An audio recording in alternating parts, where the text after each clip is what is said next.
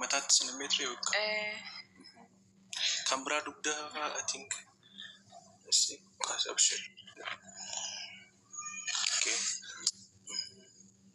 اوكي اسمر راسي كرستنا متى روان تيفي أنا حديدها هقولي يدرك جاهو وإدان إني ما استبيع قبل ما استبيع سنين بين يعني إذا سنفو القناة اللي نجرت يرو سنتي مكينة ديمي سون هي في دير فيه أباسين خنين سنجو هنأتين أبان كيرلين خرارة نيجاتور bakka makiinaadhaa sitti boo jirre jaaniini abbaan kiyyaa karaa irratti neegee waliwaanuu karaa hospitaala imaaj kana waliwaanuu riivariin warreessanii abbaa hiyyee Mustafaa Taayyee Qajaamoo wajji waliin dhufnee buufata sadeen bakka achitti fuulli kiyyaallee kanan turre guusanii namoonni baay'een hogguu ol seenu ana nan beekan.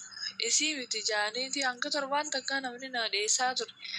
Kan dhufe mee warroomti si beekan kanaan dura oofseemee ayyaantumee qajee dhufullee akkasumatti hagaddee buu jira. Eegas booda achuma jirti ilaalaa hogguu jaaniin garuu rabbiin kun akka bade qaba. Yeroo sanitti maal akka asiitiin ta'e namoonni beekan sibiilallee adda cabsa ture inni kun akkasuma wajjin alhamdulillah waan jaani. Imaa jaafame imaa joggoon dhufe achitti dawaa adda addaa bakka dafaniiti ija takkittii sana naadha qabanii jechuudha. Ija takkittii sana inni siin dafanii inni kun hin argamu jinni kunka tokkichaan kun ni argee inni siin dafanii narraa dhiqanii eegas wada mataa kiyyaa hin agarree mataa kiyya eegas guyyaa lama eegaan bule narraa haada malee namni yeroo san mataa na harkee hin jiru. Mataa irratti meestii اوكي متى سنتيمتر يوك كم برا دبدها I think بس أبشر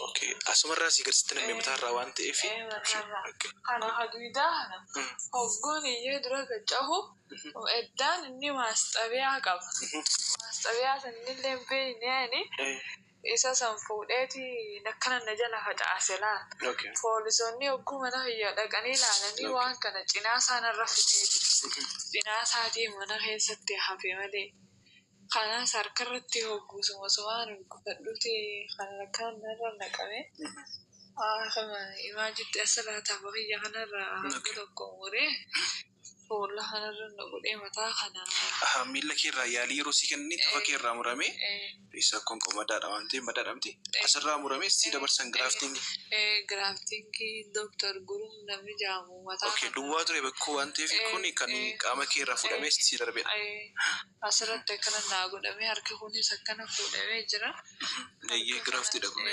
grafti asra na dalage mata kana khesa nagaddeema ture no yero sanitti narsi takka jira tigist nama jaamu yotana jirti bakka baay'ee nagargaaraa turte mataa hiyya kanaaf ni ijiti bakka yeroo na dhiquu deemu laaltee ijiti dooktar deemuu jira wanni kun akkana mucaan tun harkatti hin du'inii wanni kun deemuu jira jettee footoo kaastee ergitiif bakka tarmata akka qofarraa kaasee achi booda dhiiseetti footoo ammaan kaaseen jettu itti deddeebiti boruu sogguu dhufte akkas deemuu jira bakka narsoonni achi keessa jiru baay'een isaan galatoomfadhaan isaan hundaa'uu narsoota sana. Bakka hedduun irratti saniin gargaaranii akka inni wanta asiidiin tuqesanirraa haasu kan adda sanarraa samma giraaftiin godhamee jira. Kanarraan akkanarra gad dhufeemi kanarraa kaasee ture ija tanaas akkana shir jettee deebitee baatii lamaaf ijjiti jan cufamu. Akkanuma banaa teessi tanummaa firiin takkitti agartu tanaahu amma akkanatti xiqqashoo gad dhufaame amma kun akka cufamee banama amma eegaan giraaftii dalagadhe akkana malee ala jirti ijjiti takittummaan tun. Giraaftii jechuun egaa kabajamtoota hordoftoota keenya gogaan qaama birarraa fudhamee bakka biraatti yookiin immoo bakka naannoo fuula irratti maxxanee jechuudha. Ija sanallee akkasumatti asumarraa na guureeti keessa deebisee jetana nyaara akkanatti nyaarreen akkana gubbarra tasbee jiraamire akkana shirjeeti duuba deebi'ee jira. Ijji tun aluma teessi ati ni dhufta malee ani ijummaa nama harkutanaahu yoo sagaleen taate malee adda baasuu hin danda'u bakka. Eegas Dooktar Dastaa jaaniiti haame ijaajillee nageessanii turan. Hogguu nageessanii bakka yoo Finfinnee deemtee hojjetana jee innillee furmaata dhabe. Eegas booda guruun ija lachuu dhabdee taa'u mucaan tunna qoccaatee jeeti Dooktar Guruun kun kee kana jechuun muree foon asirraa fuudhee ija lameen tana jidduu kaayee nyaara kana gad deebisee jechuudha. Nyaara akkana jiru kun akkana shirjee jira ture laafoon dureen laa achirraa foon jidduu kaayee kana gad deebisee guyyaa 17 ija tana akkana lachuu cufaan tureen. Nama ija lameen hin qabne egaa maal jee akkaan hin beeku bakka jiruu tana jibbeetiin yaa rabbi kiyyoo osoo na fudhatte hoo waan jaamuu murteesse beekee namni ija hin qabne baay'ee ulfaataadha. Hogguu hojjetana narraa bane dhufee daqiiqaa 30 waan nan agarre turte. Bakka ani jedhamee ilmaan kiyyaas dhabee ilmaan kiyya dureenuu na wallaalanii ammaas akkasumas na wallaanuuf deemanii bakka qilleensa addunyaa dhabee jeetiin ija dhabu wannaa gaaduutee qabrii seentuu irra sii jira beekee nama akka qabrii keessa jiruuti namni ija hin qabne. Hogguun ani booyaatiin ture yeroo sani xiqqaa shogguu dhaabbatte naa banamtee jechuudha. Naa banamtee naaf harkitee eegas boodaan rafee jechuun ni dandeessa. Baatii 2 fi 3 san hin rafneen. Yoo dilmee naa diran malee hin rafu bakka. Ijji akkaan ani fedha naaf hin taatuufillee dilmee saniin jiraachaa ture jechuudha. Hedduu achitti gargaaramaa ture. Egaa immoo kana keessa ija keessa deebisee gogaa kana lameen gogaa gabaabbata kana ija gubbaa kana foon jidda asirraa muree jidduu kaayee gad deebisee akka cufamtu godhe kana eegana booda wayyaa'eetiin jira beektee. Egaa baay'ee si gargaaran doktoroonni ispeeshaalii Dooktar Guruunis ta'ee narsonni guddaa galatoomaa jennaan. Suuraa kee yeroo duraa argaa turre suuraatti kanaan dura kaatee turte argineerra. Akkasumas immoo ijoollee akka qabdu dubbachaa turteetta. Ijoollee meeqa qabda? 2 qaba. Umurii isaanii meeqa? Lachuu tokko amata 4 tokko amata 2. Amata 4 fi amata 2? Ogguusii argan ijoolleen kee maal jedhu? Ijoolleen tiyya ilaammatti illee nan beekne sagalee tiyya beekan malee natti hin dhiyaatan bakka na dheessan ifuma tiyyaafuu hogguu isaan dhuman garagalee mee guyyaa tokko fidaa hin jeen gurumaala kanaan dooktarri kiyya ijoolleen si wallaanu malti guyyaa tokko fidinaan jee osoo karaa Finfinnee kanan dhufin dura jechuudha. Yaameetiin guyyaa iidaa jechuudha achinatti dhufanii na dheessan bakka maaliin godharee oofsee to'ataa malee harkuma kana namadaa harka kana madaa dho'iseetiin ansaare waajir harkuma kana na tuqadhaa gutakkallee jee ijoolleen na diddee jechuudha. Na diddee fiigan ogguunaa gara karaa eessuma kiyyaa abbaasee kanis hin jahu kan karaa isaatii fiigan maal qaba gaa ilmoo nati dhaltee garaa keessaa baate yeroo si wallaaltetti maal goota rabbumaaf natti. Abshiri ijoolleedha waan ta'eef ijoolleen waa adda baasanii hin beekanii.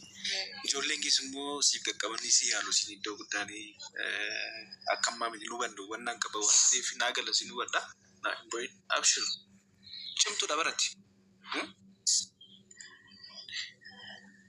Bakka guddaan abshir ishee waan takka boyin. Ijoollee waan takka waan hin beeknee fi yeroo booda galaa fi deemaa abshirati rakkoon tokko jiru yaaddee dubbisin ishee cimina keedha kun iyyuu.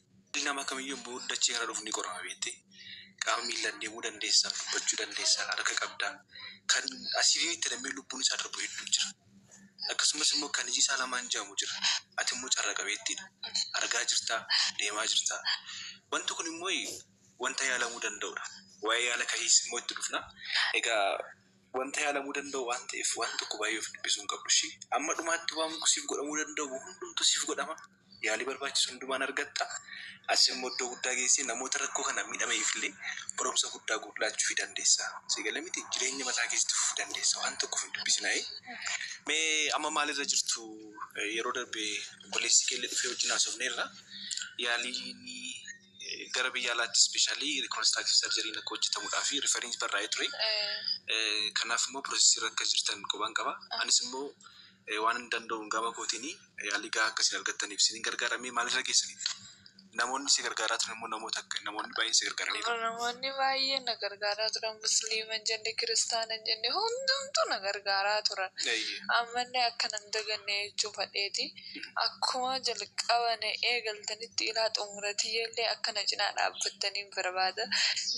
Galata keessa rabbi isin haa deebisuun jaani.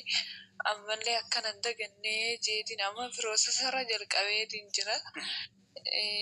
Karaa yaalaa deemtee wallaalamtaa waan jaamu riivarii barreessanii turani. Amma piroosesa sanirraan jira. Akkanan dagannee jechuun ni barbaada. Islaamaas ta'e kiristaanaas ta'e hundumti Oromoo waan taate akka dureenuu na cinaa dhaabbate.